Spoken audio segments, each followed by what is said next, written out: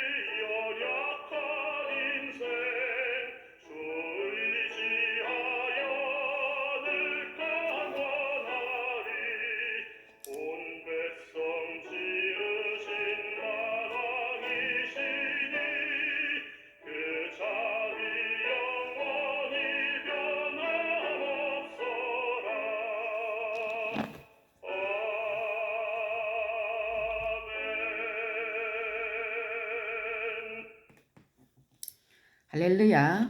오늘은 사무엘상 5장을 읽었습니다.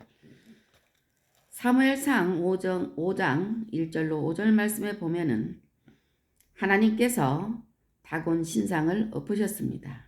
다곤에서 온 말로 블레셋 사람의 물고기 신인데 농업과 풍요의 신입니다.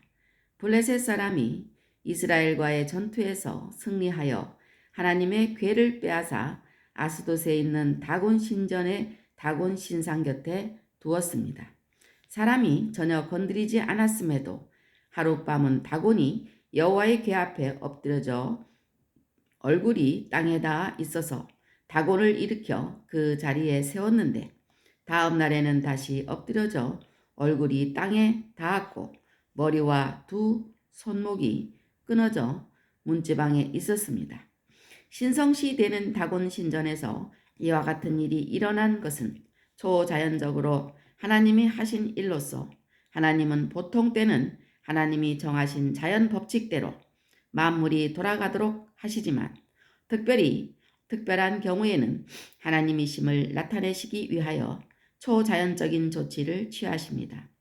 출애굽 때에 홍해가 갈라지게 하신 것, 예수님이 물 위로 걸어가신 것, 바람과 바다를 꾸짖어 잔잔케 하신 것, 죽은 자를 살리시고 시각장애자의 눈을 뜨게 하신 것 등이 이에 해당하는 이적들입니다.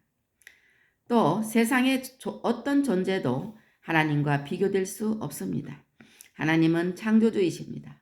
이 세상의 창조주와 비견할 수 있는 것은 아무것도 없습니다.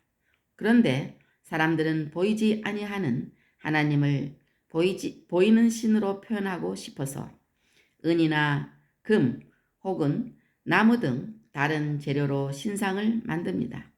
하나님은 이런 것을 엄격하게 금하시지만 사람들은 만든 형상에 불과한 우상을 섬깁니다. 하나님은 하나님의 영광을 다른 자에게 하나님의 찬송을 우상에게 주시지 않으시기 때문에 우상과 그 섬기는 자들을 파멸시키는 것입니다. 또 하나님의 우월성은 우리에게 교훈이 됩니다. 우상은 헛것이요 결국 하나님의 영광만이 세상에 가득하게 될 것입니다. 사무엘상 5장 6절로 12절 말씀에 보면 여호와께로부터 나온 재앙입니다. 비록 블레셋의 재앙은 여호와께로부터 나온 재앙입니다. 비록 이스라엘 백성의 잘못으로 하나님의 징계를 내리셔서 블레셋에게 일시적으로 패배하였고 하나님의 계획까지 빼앗겼지만 이스라엘은 하나님을 아는 백성이고 블레셋은 하나님을 모르는 사람들인데 하나님께서 하나님 임재의 상징인 여호와의 궤까지 빼앗은 블레셋을 그냥 두실 리가 없습니다. 하나님은 특히 하나님의 이름이 걸린 하나님의 영광을 침해하면 창조주의 이적으로 직접 재앙 등으로 징계하십니다. 오래 참으시는 하나님은 평소에는 하나님이 직접 정하신 자연의 법칙대로 버려두어 하나님의 뜻을 이루시지만 하나님의 영광이 직접 침해될 경우에는 창조주 하나님께는 자연스러운 것이지만 인간이 볼 때는 이적적인 조치로 하나님의 영광을 지키십니다. 그러실 때에는 한낱 흙에 불과한 인간은 견디기 어려운 것입니다. 또 독한 종기의 재앙으로 아스돗을 치셨습니다. 여호와의 궤를 빼앗아 간 블레셋 사람의 성읍 아스돗을 독한 종기의 재앙으로 치셨습니다. 이스라엘의 출애굽 때 애굽 왕 바로의 완악함을 치시기 위한 10가지 재앙 중 6번째도 이와 비슷한 악성 종기였습니다. 이러한 징계는 이방인들 뿐만 아니라 하나님의 백성이 잘못할 때에도 자녀에 대한 벌로 징계하십니다. 또 여호와의 손이 가드 사람을 치셨습니다. 블레셋 사람은 아스돗에 내리신 징계를 견디지 못하여 하나님의 궤를 가드로 옮겨갔는데 거기서도 큰 환난을 더하사 모두에게 독한 종기가 나게 하셨습니다. 주의 영을 떠나 어디로 피할 수 있겠습니까?